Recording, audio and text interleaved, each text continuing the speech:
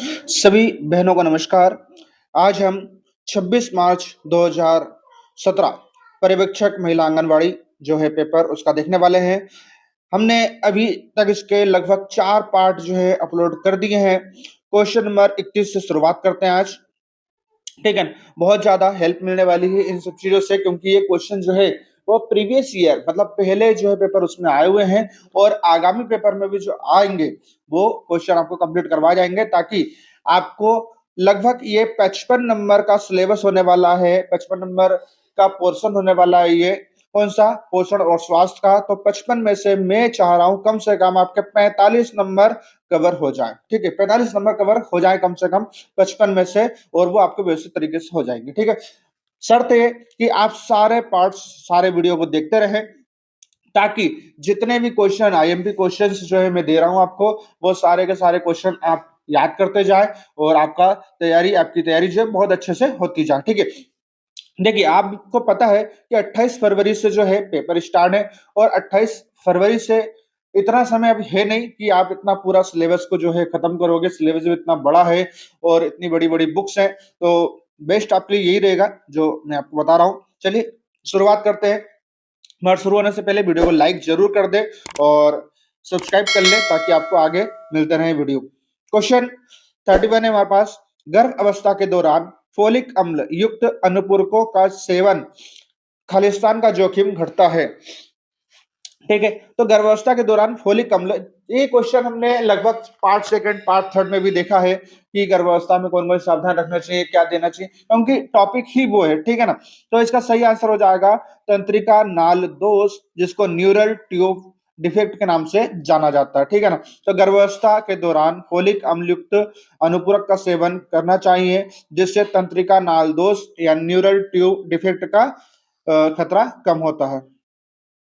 Question number 32, संचरणशील रोगों के नियंत्रण में किसी रोग के संबंध में संगरोध की अवधि का निर्धारण खालिस्तान के द्वारा होता है। तो यह होता है रोग उद्भावन अवधि। किसका?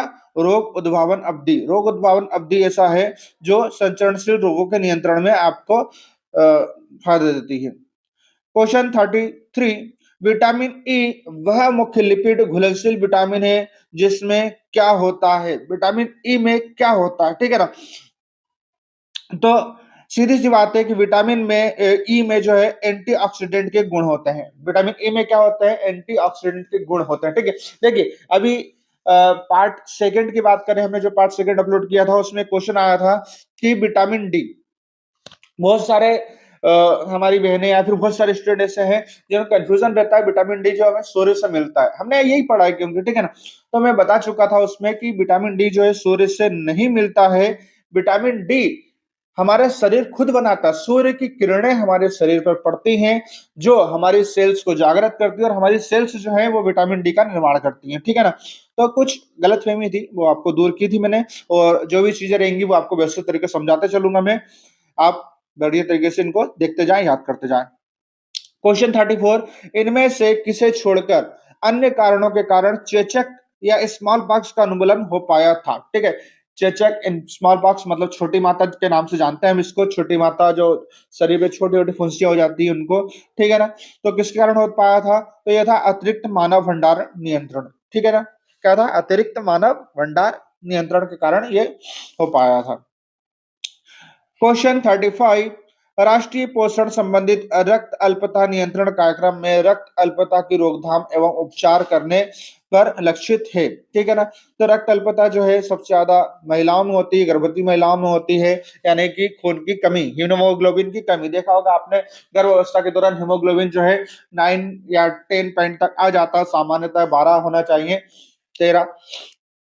तो इसके नियंत्रण के लिए कार्यक्रम स्टार्ट किया गया था। क्वेश्चन नंबर 36 है, गर्भ अवस्था से पहले तथा उसके दौरान पोषण स्थिति खराब होने के गंभीर दीर्घकालिक प्रभाव होते हैं, और ये किसके जोखिम जोखिम मौजूद रहता है इसमें? ठीक है ना, तो इसमें मात्र मात्र रुग्णशीलता, शीघ्र समय पूर्व प्रसव और जन्म के समय वजन कम, ये सारे के सारे अपने को रोग या फिर कमियां दिखाई दे सकती हैं अगर पोषण सही से नहीं होगा गर्भावस्था के दौरान। तो क्वेश्चन नंबर 37, ऊर्जा असंतुलन से उत्पन्न होने वाली दो स्थितियां बताइए। ऊर्जा असंतुलन से उत्पन्न होने वाली दो स्थितियां कौन कौन सी हैं? तो इससे दोनों स्थितियां हैं, एक मोटापा और एक दीर्घकालिक ऊर्जा न्यूनता। ठीक है, अगर ऊर्जा असंतुलन रहेगी हमारे शरीर में, जितनी ऊर्जा संतुलन का मतलब होता है जितनी कैलोरी, जैसे कि हमारे शरीर को अगर 2800 कैलोरी की आवश्यकता है प्रतिदिन, ठीक है ना, और आप 3500 कैलोरी ऊर्जा ले रहे हो, ठीक है ना, चाहिए कितनी 2800, और आप लेके तो रहो 3500 कैलोरी ले रहे हो, तो इससे क्या होगा कि जो लगभग लगभग 700 कैलोरी ऊर्जा है ये शरीर पे बेस्ट है, और बेस्ट है तो इससे क्या होगा कि ये मोटापा का कारण बनती है। क्वेश्चन 38, एक सरल शर्करा जो शरीर की सभी कोशिकाओं के लिए ऊर्जा का प्रमुख स्रोत है।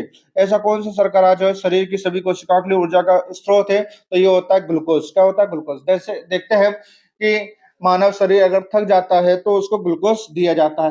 एक और क्वेश्चन बनता है इसमें कि जो खिलाड़ियों होते हैं, खिलाड़ी जो होते हैं उनको इंस्टेंट एनर्जी के लिए, इंस्टेंट एनर्जी, तुरंत एनर्जी के लिए क्या दिया जाता है? तो ग्लूकोज दिया जाता है। ठीक है, चलिए क्वेश्चन नंबर 39 देखेंगे। स्तनपान कुछ विषाणु संक्रमण जैसे खालिस्तान के विरुद्ध प्राकृतिक प्रतिरक्षा की अवधि को लंबा कर देते हैं। ठीक है ना, क्या कर देते हैं? निमोनिया, दस्त और पोलियो दोनों। इसका सही आंसर हो जाएगा निमोनिया, दस्त और पोलियो। तो ये विषाणु संक्रमण है जो हमारी प्रतिरक्षा की अवधि को लंबा कर देते हैं। क्वेश्चन 40, समुदाय में कौन से समुदाय में बच्चों की स्वास्थ्य स्थिति की माप है? ठीक है ना, बच्चों में समुदाय, कौन से समुदाय में बच्चों की स्वास्थ्य स्थिति का माप है, बच्चे स्वस्थ जो रहते हैं, तो इसमें होता है नवजात मृत्यु दर। ठीक है ना, नवजात मृत्यु दर देखी जाती है कितनी है, अगर मृत्यु दर ज्यादा है तो स्थिति खराब है, और नवजात मृत्यु दर कम है तो स्थिति ठीक है।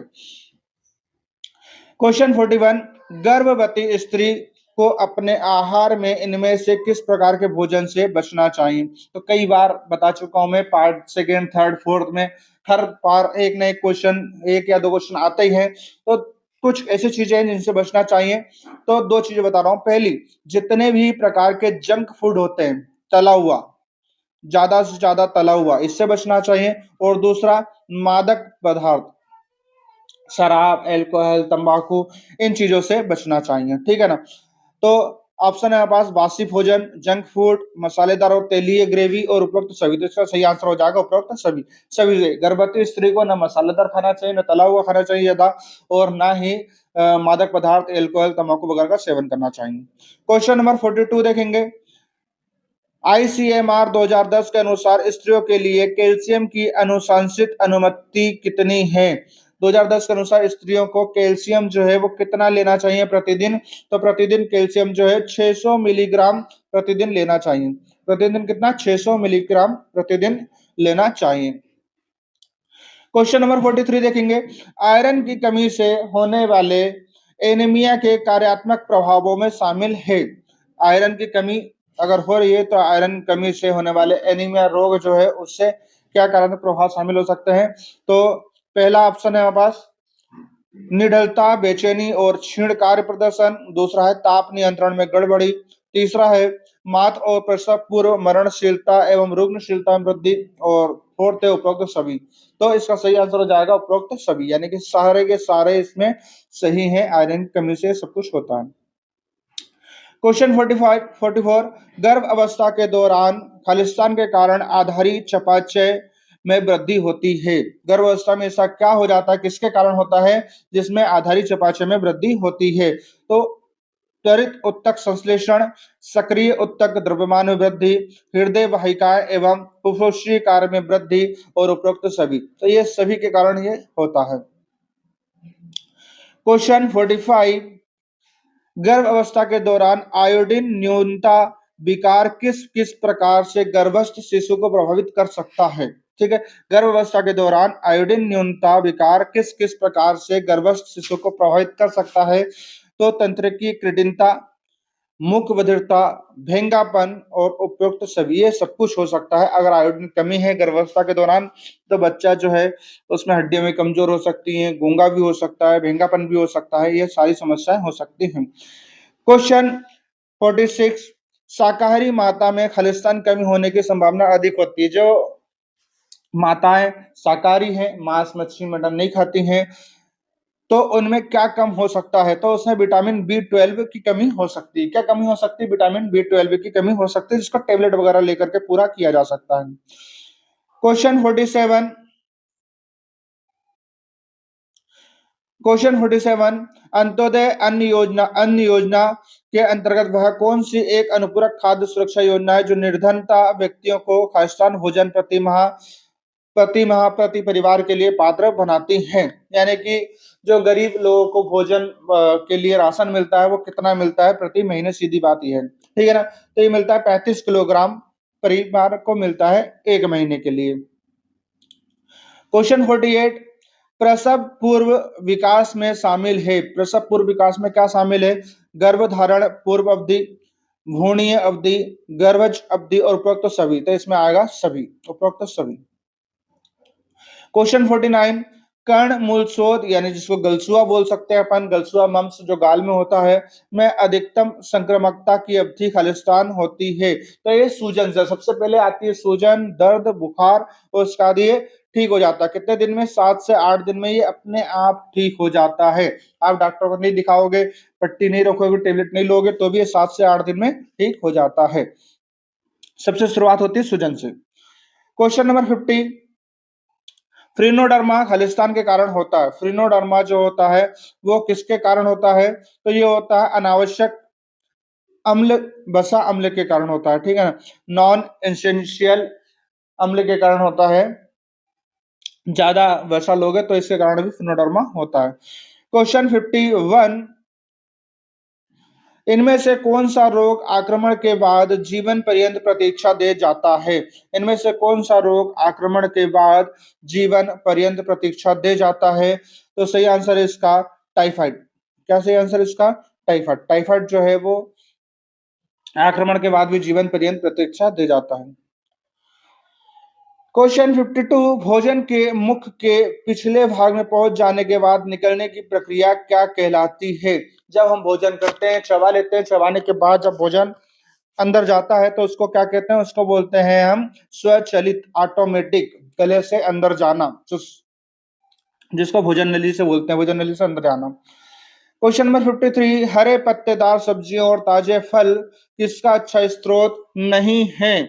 तो स्वाभाविक बात है, हरे पत्तेदार सब्जियों और ताजे फल में जो है प्रोटीन नहीं होता है। क्या नहीं होता है? प्रोटीन नहीं होता है। क्या क्या होता है? विटामिन के होता है, विटामिन ए होता है और आहारीय रेशे होते हैं, ठीक है। प्रोटीन नहीं होता, मगर क्वेश्चन को पढ़ना जरूरी है सही तरीके से, नहीं तो आप पढ़ लो हरे पत्तेदार सब्जियों और ताजे फल में क्या अच्छा स्रोत है और विटामिन ए के लगा के आ जाओ कुछ भी, ठीक है, तो नहीं है। क्वेश्चन 54, पीयूष जिसको कोलेस्ट्रम बोलते हैं, एक पीला गाढ़ा तरल होता है जो खालिस्तान में समृद्ध होता है, प्रोटीन में, इम्यूनोग्लोबिन में या इलेक्ट्रोलाइट में? तो उपरोक्त सभी, ये सभी में होता है, पित्ताशय से निकलता है ये। इनमें से कौन व्यक्ति की पोषण स्थिति का आकलन करने की अप्रत्यक्ष विधि है? ठीक है ना। क्या अप्रत्यक्ष विधि है? तो देखिए, बीएमआई होती है, एमयूएसी होती है, आयु विशिष्ट मृत्यु दर या मरणशीलता होती है, जैव रासायनिक आकलन नहीं होता है। तो इसका सही आंसर हो जाएगा जैव रासायनिक आकलन, ठीक है ना। तो आज का ये टॉपिक हमारा कंप्लीट होता है। कल हम फिर एक नए पार्ट के साथ देखेंगे।